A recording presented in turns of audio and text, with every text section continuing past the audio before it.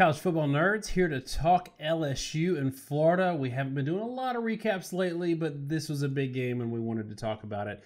Remember, please like and subscribe. Helps us out a ton. But also in the comments, let us know what you thought about this game. Was your takeaway more that you were impressed with LSU, or have some concerns, some real concerns about Florida after this game? For me, Josh, it's a little bit of both. We said 34-17 was my prediction. I was closer to the final margin, but you had 41-21, which was really close on LSU's score. But both of us thought LSU was going to score a good bit.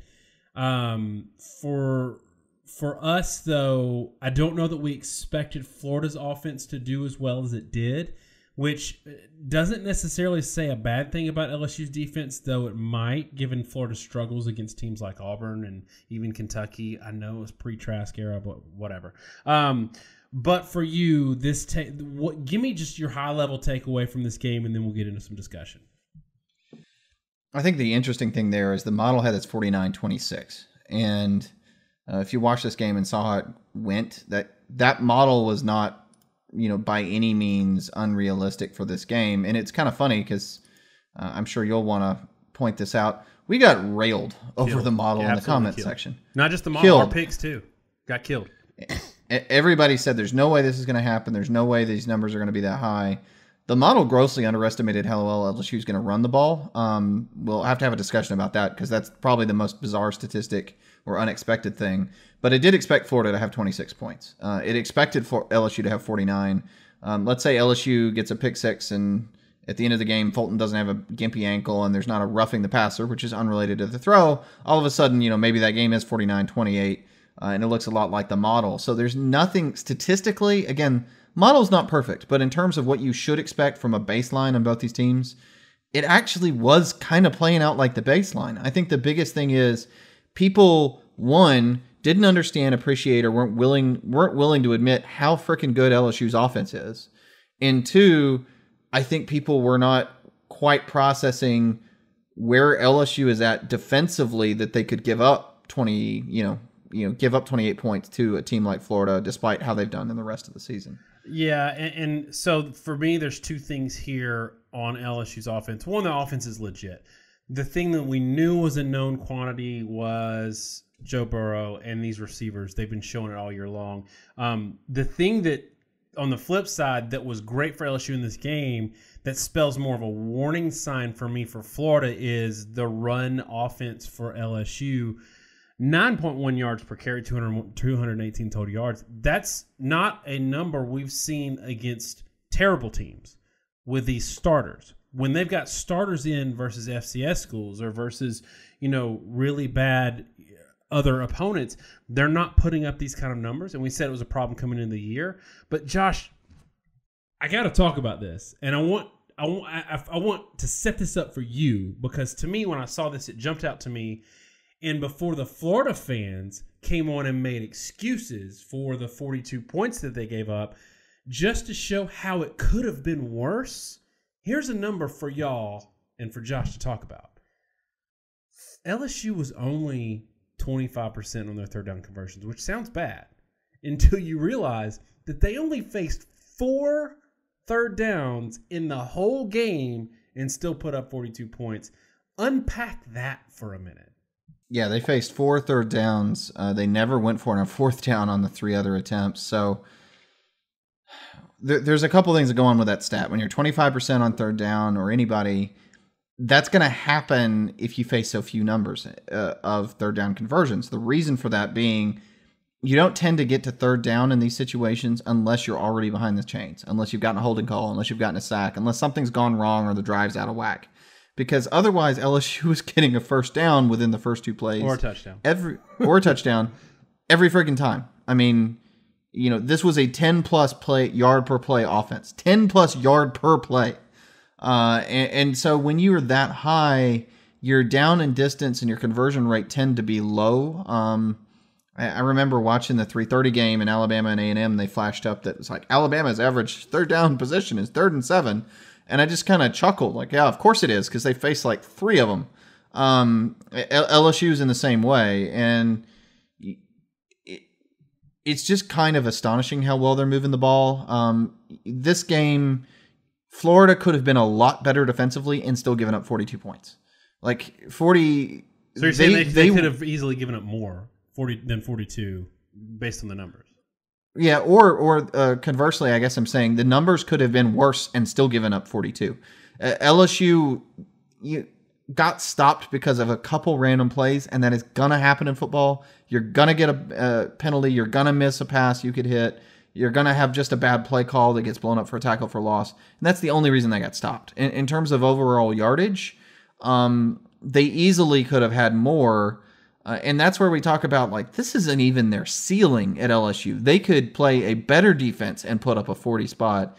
We've talked for a couple years, and LSU fans have taken it very critically to talk about their offense and where it could be, and people feel like we're always, putting Alabama on this pedestal or Oklahoma on this pedestal. This is the first year I think LSU fans maybe actually see what we're talking about, that you can play a team like Florida defensively, and if you're this good on offense, you can put up 40 and do it without making that much of a sweat.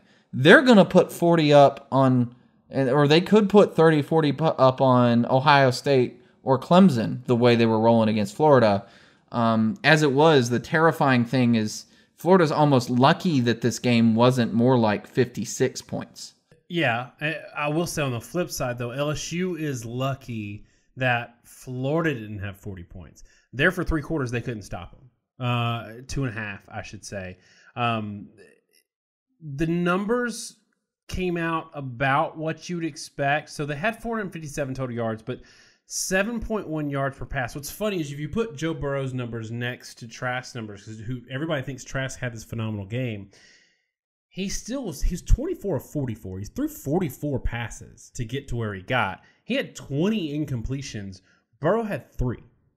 Burrow had almost as many yards on 24 attempts as Trask had on 44. Anyway, the concern for me in this game was, one, Florida, they did look better, and my takeaway is their offense is better than maybe I thought it was, but also that if I have a warning light that's blinking really rapidly right now for LSU, if we're talking about them in context of having to beat a Clemson or an Ohio State or an Alabama, is that pass rush was not good, and that's a concern because it's looked that way all year. LSU fans are going to get mad about it right now because we're picking on them. They're going to think we're picking on them, but we do this to elite teams. We find the place where you're vulnerable because you can beat 129 or 128 out of 129 other teams in FBS, but the really elite teams are going to find this flaw. And in my opinion, this might be their Achilles heel against a top 1, 2, 3 type team. Was that your takeaway as well? I think potentially, to take a step back to what you're talking about earlier, I do think it's interesting when you look at Florida's offensive production. They were really right in line with the model. The model had them at 5.57 yards per play. They actually had 5.44 yards per play in this game. So, I mean, you can talk about LSU's defense or Florida's offense. Again, this was kind of what you should have expected from Florida in this game. I think the notable thing is how many points they were able to get out of like 5.5 yards per play. Because that's similar production to what they had, a little less than what they had against Auburn. Similar production that they had against Miami, got 24 points, but it seemed like much more of a struggle. And they had 150 more yards in this game, despite the same yard per play total. Why did that happen? I think the reality of it is just they couldn't really do a great job of getting Florida off the field on third down. 9 of 17, it's over 50%. Not necessarily killer, but given, again, that 5.5 yard per play total, that's pretty high. And it's due to the pass rush. It really came down to the fact that on a lot of third downs, on a lot of key plays, they were able to extend a play, and Trask was able to hit the play they needed to hit to keep a drive alive. Right now, LSU is using bigger linemen. They've got guys like Shelvin or Ika. They've had some injury issues with Logan and Lawrence, but I think mainly the problem is they're kind of going with an oversized line because they've been struggling with run defense the past couple years, and Orgeron wanted to shore that up. Those guys are not getting pressure up the middle. Shelvin is not a very good pass rusher. He's intended to be a plug but that's not getting pressure. And it looks like some of the Alabama defenses under Saban that he kind of had to retool. And then on the outside, they've got Chazon. The rest of the linebackers are fine. They're pretty athletic. They're getting, when you go 5 wide, they kind of have other responsibilities. It's hard to pressure. Chazon's a guy supposed to be bringing pressure. I don't think he's back yet from injury. He flashes at times, and then at times he struggles with physicality. On one play, I think it was a screenplay in particular, the left tackle from Florida got his hands on him and just clean knocked him about 3 yards back on his butt. I think Chazon should be there, but the expectation was that he was going to be the elite pass rusher. He's not delivering that on a consistent basis, and I think that's one of them, probably, if not one of the greatest, if not the biggest weakness on the defense. It's definitely one of the biggest weaknesses. It's, and Alabama fans who are listening to this can understand this. Terrell Lewis was supposed to be this guy that came out, first-round draft pick kind of guy for them from the jump this season, coming off of a knee injury as well. Keep in mind, he got injured in the offseason before the season started last year, and he just now in this A&M game that we watched before this game, this is the first game he really showed up like he showed up 2 years ago. And that it could be that Chazon is still coming around from that injury in terms of timelines. If he was right in line with Lewis, he's still got probably a month to go if that's the case. So I wouldn't be surprised if it's there. To me, I don't know this. You're probably old enough to remember this. The whole thing you talked about with the LSU defense reminds me of 8-bit Nintendo ice hockey. You could pick the super fat guy that plowed over everybody. You could build your team with the super skinny guys that were super fast that you breathed on them and they fell down. Or you'd have a nice combination of both, but you weren't elite at anything. And that's kind of what it feels like Orgeron is facing right now. Okay, so we got to wrap this up because we don't want to talk all day on it. But if we want to look at takeaways from, let's not talk postseason. Let's not get there yet. Let's just talk about Florida LSU winning their division based on what you saw in this game. Who do you think has the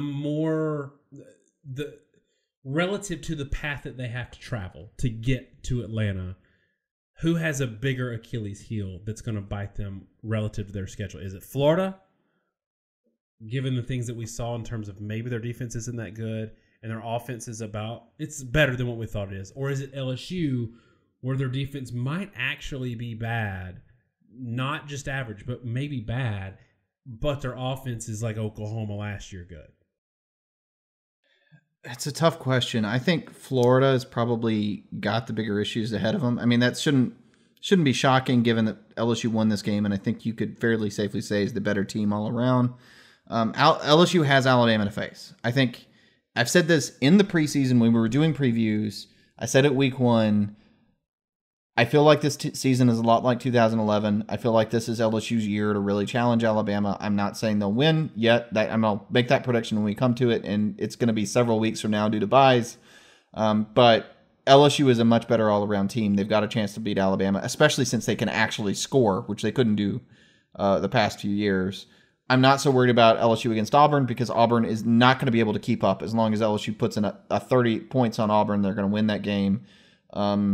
Ole Miss is actually solid, but not that good. Mississippi State is a bad team. We're not even worth previewing this weekend. LSU is going to win that game handily.